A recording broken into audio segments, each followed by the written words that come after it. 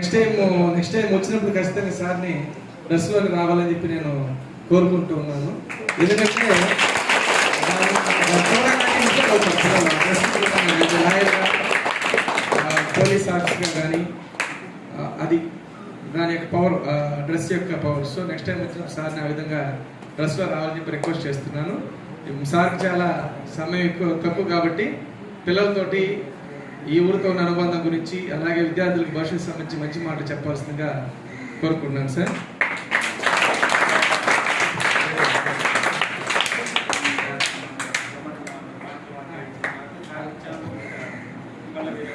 తర్వాత బ్రహ్మానందం గారు వాళ్ళతో సాన్నిహిత్యం ఎక్కువగా ఉన్నటువంటి అనుబంధాలు, వ్యక్తిగతంగా అనుభవాలు చాలా ఉంటాయి. మేము చెప్పేది ఉపాధ్యాయులుగా మాకు కొంతవరకు తెలిసినప్పటికీ వాళ్ళకి మధ్య సాన్నిహిత్యం చాలా ఎక్కువ కాబట్టి అనేక విషయాలు తెలుసుంటాయి మంచివి. ఎందుకంటే విద్యార్థులు ప్రేరణ కలిగించేటువంటి దానిలో భాగంగా పుట్టుపోయిన బ్రహ్మానందం గారికి సాధారణంగా ఆహ్వానిస్తూ నాగరాజు గారి గురించి మీకున్నటువంటి సాన్నిహిత్యం గురించి మా పిల్లలకి ప్రేరణ కలిగించే విధంగా 4 మాటలు చెప్పవలసిందిగా రిక్వెస్ట్.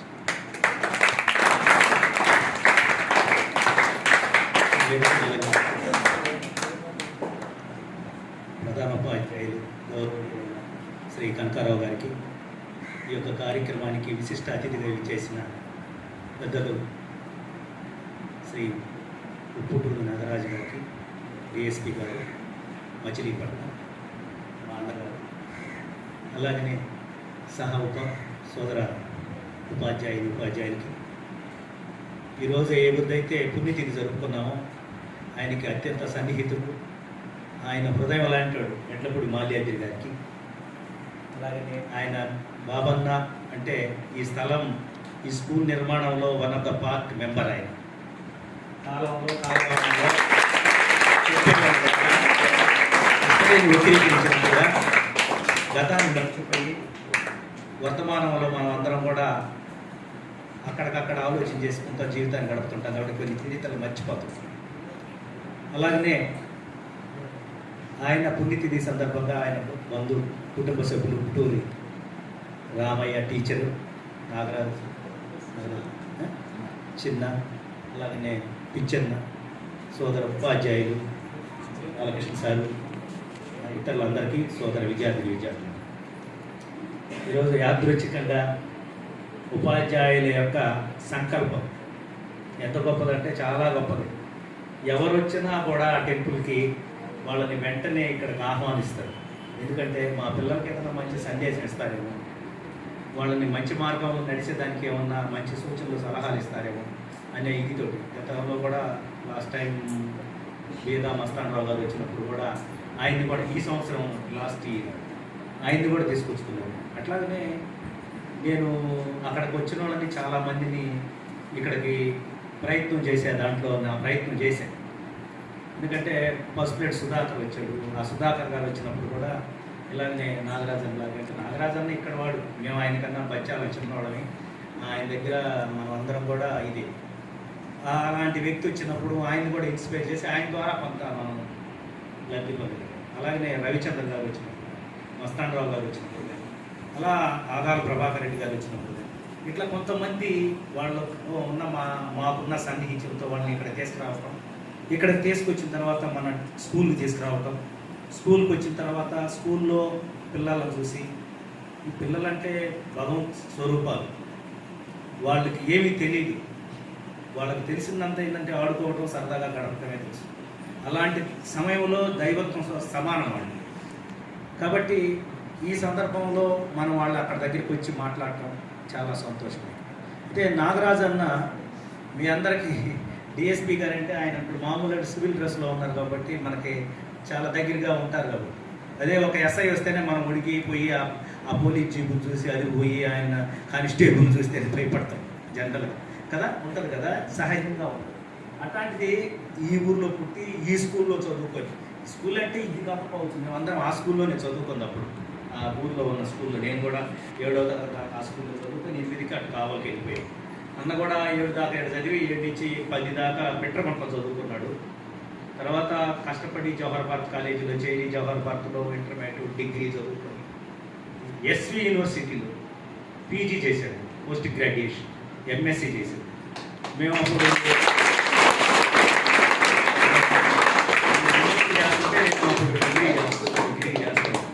డిగ్రీ చేస్తా ఉంటే మా అన్నను చూసేవాళ్ళం. మా ఊళ్ళో ఈ 2 ఊళ్ళల్లో అన్న హైట్ ఉండేదానికి కానీ ఆ చదువుకునే ఆ కాలేజీలో ఉండే విధి విధానాలు చూసి ఆయన బాగా చాలా గొప్పగా ఉండే వ్యక్తి.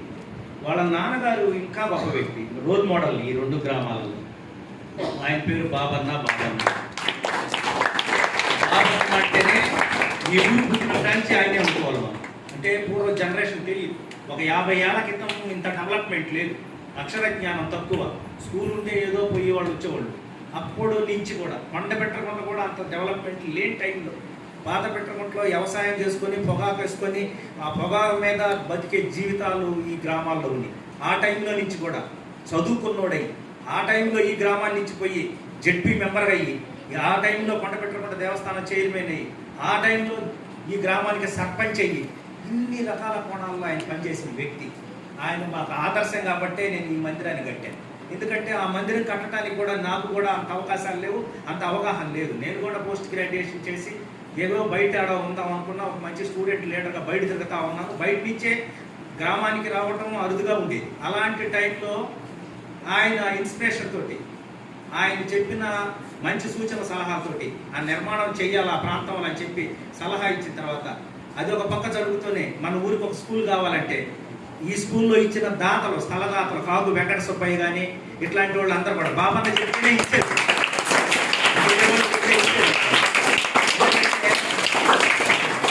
బాబన్న ఈ ఊర్లు 2 ఊర్లు కలపాలా, జంట నగరాలు చేయాలనేది కోరిక బాబన్నకి.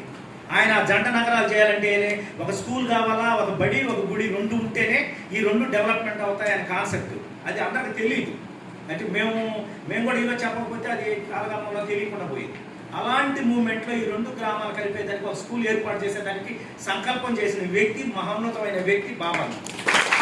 ఆయన కుమారుడే కాబట్టి అలాంటి కుటుంబంలో వచ్చి ఒక ఉన్నత స్థితికి వెళ్ళి ఈరోజు ఒక మంచి హైరార్కీలో పోలీస్ డిపార్ట్మెంట్లో ఒక అధికారిగా ఉంటూ, వాళ్ళ తమ్ముడు కూడా సర్కిల్ ఇన్స్పెక్టర్గా ఉంటూ ఈ యొక్క గ్రామానికి పేరు తెచ్చారు.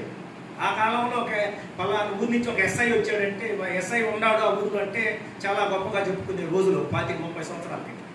అలాంటి మూమెంట్లో ఒక సబ్ ఇన్స్పెక్టర్గా జీవితాన్ని మళ్ళీ ప్రారంభించి అక్కడి నుంచి ఈరోజు ఒక డిఎస్పీగా, రేపు అడిషనల్ ఎస్పీగా రాబోతున్నాడు. మళ్ళీ అడిషనల్ ఎస్పీగా కాబట్టి అలాంటి మహోన్నతమైన వ్యక్తి, మంచి స్కిల్స్ ఉండే ఆయన. ఎంఎస్సిలో అప్పట్లో టాపర్, చాలా జ్ఞానం కలిగిన, ఆలోచన కలిగిన వ్యక్తి, సమాజం గురించి పట్టుండే వ్యక్తి, మంచి రాడికల్ మూమెంట్ ఉండే వ్యక్తి. అలాంటి వ్యక్తి ఈరోజు ఇక్కడికి వచ్చాడు. నాకు సంతోషంగా ఉంది. కాబట్టి మళ్ళా మనం అందరం కూడా బాబన్నని మీరు కొంతమంది చూడలేకపోయినా ఆయన్ని మనం స్మరణ చేసుకుంటాం. ఎవరు ఆ బాబన్న అనే దానికి ఒక ఆలోచన కలిగిన వ్యక్తి. ఈ యొక్క బడికి, ఆ యొక్క గుడికి, ఆ కొండపెట్టకుంట వెంకటేశ్వర స్వామి టెంపుల్కి, ఈ యొక్క స్కూల్స్కి, పంచాయతీ నిర్మాణానికి కూడా ఆయనే మొదట సర్పంచ్గా పనిచేసింది. అందరూ సంతోషిస్తున్నాం. మేమందరం కూడా ఇక్కడికి రావడానికి ఇప్పుడు ఆయన వస్తేనే వచ్చాను. నేను మీకు స్కూల్కి ఎదురుగానే ఉంటాను. స్కూల్ స్థాయి కూడా గమనించాను. ఎందుకంటే ఈడ బాగా గుడ్ కమిట్మెంట్స్ ఉన్నాయి, క్రమశిక్షణ ఉంది. బాగా ఎవరి పిల్లలు వాళ్ళు చాలా ఈ స్కూల్ క్లాసుల్లో కానీ అంతా చూసుకుంటుంటారు. మన దాకా వచ్చే అవకాశాలు లేవు. మన దాకా రావాలంటే ఏదైనా చిన్న డిస్టర్బెన్స్ ఉంటే వస్తాం, లేకపోతే రాం. ఎందుకంటే ఎవరి పని వాళ్ళు చేసుకుంటూ పోతున్నారు. పిల్లల మీద బాగా ఇంట్రెస్ట్గా తీసుకెళ్తున్నారు. మంచి ప్రోగ్రామ్స్ చేస్తున్నారు, మంచి అవేర్నెస్ చేస్తున్నారు, మంచి ప్రేయర్ చేయిస్తున్నారు, వాళ్ళకి మంచి క్లాసులు నడుపుతున్నారు. కాబట్టి మిమ్మల్ని అభినందిస్తూ ఈ అవకాశం కల్పించిన హెడ్ మాస్టర్ గారికి ప్రత్యేకంగా ధన్యవాదాలు. బ్రహ్మానందంగా చూసారా, చక్కగా మనకు తెలియకుండా, నాకు కూడా తెలియదు. ఇక్కడ నేను 7 సంవత్సరాల నుంచి పనిచేస్తున్నాను. నాకు కూడా కొన్ని విషయాలు తెలియదు. నాగరాజ్ సార్ వాళ్ళ తండ్రి ఈ పాఠశాల నిలబెట్టడానికి గ్రామంలో అనేక సేవా కార్యక్రమాలు నిర్వహించారు అంటే ఆ భావాలే, ఆ భావజాలము, ఆ యొక్క ఆశీర్వాదము వాళ్ళ కుటుంబ సభ్యులందరి మీద ఉంది అని నేను అనుకుంటున్నాను. ఇలాగే మీరు ప్రజలందరికీ మీ సేవలు కొనసాగించాలని మనస్ఫూర్తిగా కోరుకుంటూ, ఈ గ్రామంలో ఈ పాఠశాలను చదివి ఈ పాఠశాలను ఉపాధ్యాయునిగా చేస్తూ మాతో పాటైనటువంటి రవి సార్ కూడా సార్తో మంచి సాన్నిహిత్యం ఉంది కాబట్టి సార్ గురించి మరికొన్ని విషయాలు నేను చెప్పవలసిందిగా మా పాఠశాల ఉపాధ్యాయులు రవి సార్, తర్వాత మనమందరం ఎదురు చూస్తున్నటువంటి నాగరాజ్ సార్ మాట్లాడతారు. రవి సార్ మరికొన్ని విషయాలు చెప్పవలసిందిగా కోరుతున్నాను.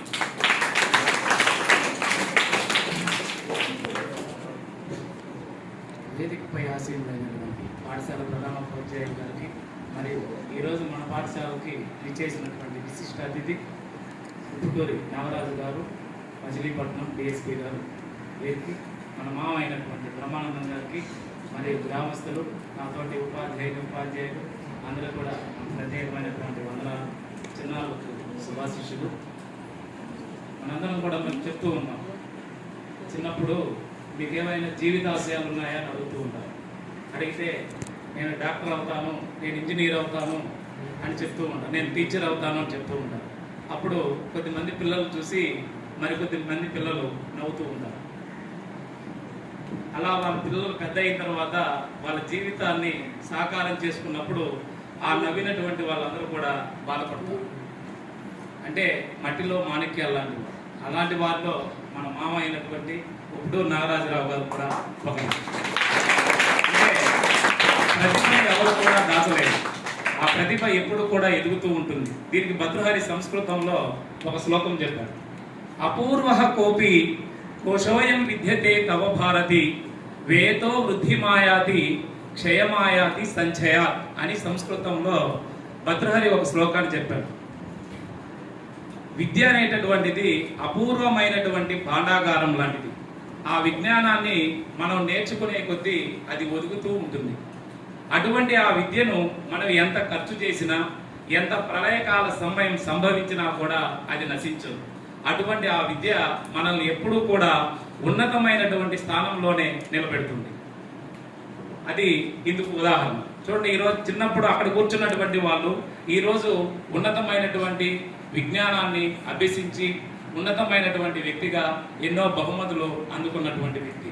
అటువంటి మహనీయుడిని మన పాఠశాలకు తీసుకొచ్చి వారి అమూల్యమైనటువంటి సందేశాన్ని మన పిల్లలు కూడా ఇస్తే రేపు మన పిల్లలు కూడా అలాంటి స్థాయికి ఎదగాలన్నటువంటి ఉద్దేశంతో, దృఢ సంకల్పంతో పాఠశాల ప్రధానోపాధ్యాయుడి సహకారంతో మన పాఠశాలకు తీసుకొచ్చాం. వారి గురించి నాకున్నటువంటి చిన్న సమాచారం అందిస్తూ మామగారితో ఉన్న 2 సంబంధాలు కూడా మీకు తెలియజేస్తాను. వెంకట సుబ్బయ్య వాళ్ళ నాన్నగారు, ఆయన అందరూ కూడా బాబయ్య అని పిలుస్తూ ఉంటారు. వాళ్ళ అమ్మగారి పేరు రామతులసమ్మ. వీరికి 2 కుమారులు, 1 కుమార్తె. వారిలో వీరు పెద్ద కుమారుడు నాగరాజరావు గారు. వీరు ప్రస్తుతం మచిలీపట్నం డిఎస్పీగా పనిచేస్తున్నారు. ఈ మచిలీపట్నాన్ని మనం బందర్ అని కూడా పిలుస్తాం. వీరు మన పాఠశాలలో, అంటే మన ఊర్లో ఉన్నది ఇప్పుడు ఎలిమెంటరీ స్కూల్గా ఉంది కదా, ప్రాథమిక పాఠశాల, అక్కడ 7వ తరగతి వరకు చదువుకున్నారు. అంటే అప్పుడు 7వ తరగతి వరకు ఉన్నది, అంటే మన ప్రాథమికోన్నత పాఠశాల. తర్వాత వీరు భోగోల్లో చదువుకున్నారు.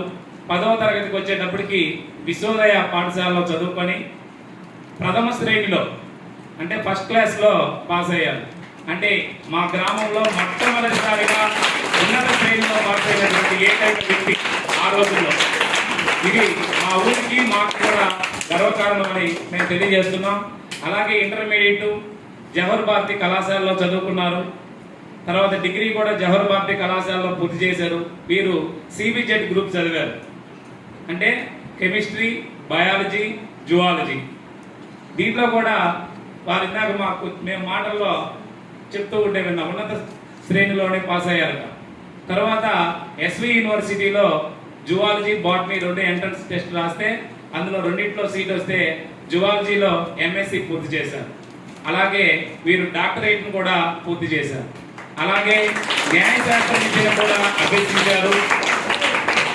న్యాయశాస్త్ర విద్యను కూడా అభ్యసించిన తర్వాత బీఈడి వర్క్ కూడా చేశారు. ఆయన ఉపాధ్యాయులు కూడా అర్హులు. తర్వాత ఈయన ట్రాఫిక్ ఇన్స్పెక్టర్గా కొద్ది కాలం పాటు 1.5 సంవత్సరం పాటు పనిచేశారు. ఒకరోజు హఠాత్తుగా మేము చిన్నపిల్లలు ట్యూషన్కి వెళ్ళేటటువంటి సమయంలో మా ఊరు బస్సు వస్తే ఆ రామ మందిరం దగ్గర, ఆ బస్సు దగ్గర టికెట్లు ఉన్నాయా లేదా చెక్ చేశాడు. నాకున్నటువంటి చిన్న అప్పుడే నేను చూసింది ఆయన. అంటే తెలుసు, కానీ ఒక ఉద్యోగ రీత్యా ఆయన రామాలయం దగ్గర ఎవరెవరి దగ్గర టికెట్లు ఉన్నాయో చూశారు. అప్పుడు అనుకున్నాం, అంటే ట్రాఫిక్ ఇన్స్పెక్టర్గా కూడా కొద్ది కాలం పాటు ఆయన పనిచేశారు. ఆయన చదివింది చాలా తక్కువ, జ్ఞాపక శక్తి ఎక్కువ. ఇలాంటి వ్యక్తులు మనకి చాలా అరుదుగా కనిపిస్తూ ఉంటారు. చాలా మంది అనుకుంటారు మనం బాగా చదవాలి చదవాలి చదవాలని. తీరా పరీక్ష వచ్చేటప్పటికి మనం మర్చిపోయే అవకాశం ఉంటుంది. కానీ కొద్దిమంది వ్యక్తులు మాత్రం పరీక్ష ఉందంటే 48 గంటల పాటు పుస్తకాన్ని చదవరు. అంటే ఆ లోపు దాన్ని చదివిన దాన్ని మననం చేసుకుంటారు. అటువంటి వ్యక్తుల్లో వీరు కూడా ఒకరు. ఈ నాకు తెలిసినప్పుడు నేను ట్యూషన్కి వెళ్ళేటప్పుడు రాధమ్మ గారి ఇంట్లో అప్పుడప్పుడు కనిపిస్తూ ఉండేవాడు.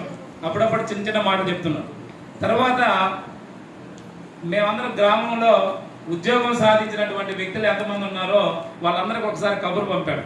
ఒక 5 సంవత్సరాల క్రితం కరోనాకు ముందు కొండ మీద మా అందరికీ ఒక చిన్న సమావేశాన్ని కూడా ఏర్పాటు చేశారు. మన గ్రామంలో ఉన్న సమస్యలు ఏంటివి, వాటిని మనమే నివృత్తి చేసుకున్నాం. మనందరం కూడా ఆదర్శప్రాయమైనటువంటి వృత్తిలో ఉన్నాం. కాబట్టి ఎవరికి ఏమి సహకారం కావాలన్నా కూడా మనందరం కలిసి చేసుకొని మన గ్రామాన్ని అభివృద్ధి చేసుకోవాలని ఒక సంకల్పంతో ఆ సమావేశం పెట్టినందుకు మేము చాలా సంతృప్తి పడ్డాం, చాలా ఆనందం. అటువంటి వ్యక్తులు మన దగ్గరే ఉండటం చాలా ఆనందదాయకం.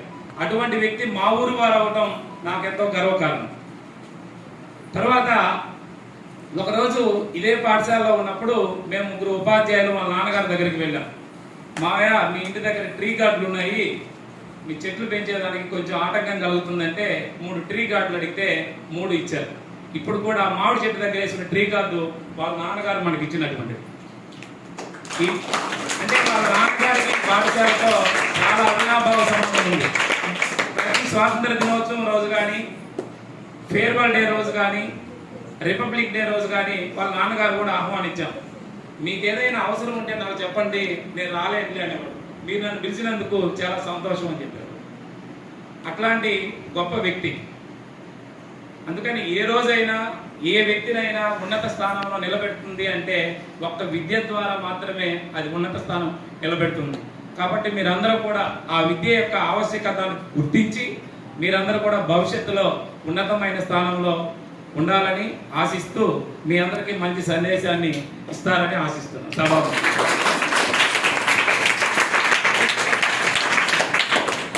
రవి సార్కి ధన్యవాదాలు. మరికొన్ని విషయాలు కూడా చాలా మంచి విషయాలు తెలియజేశారు.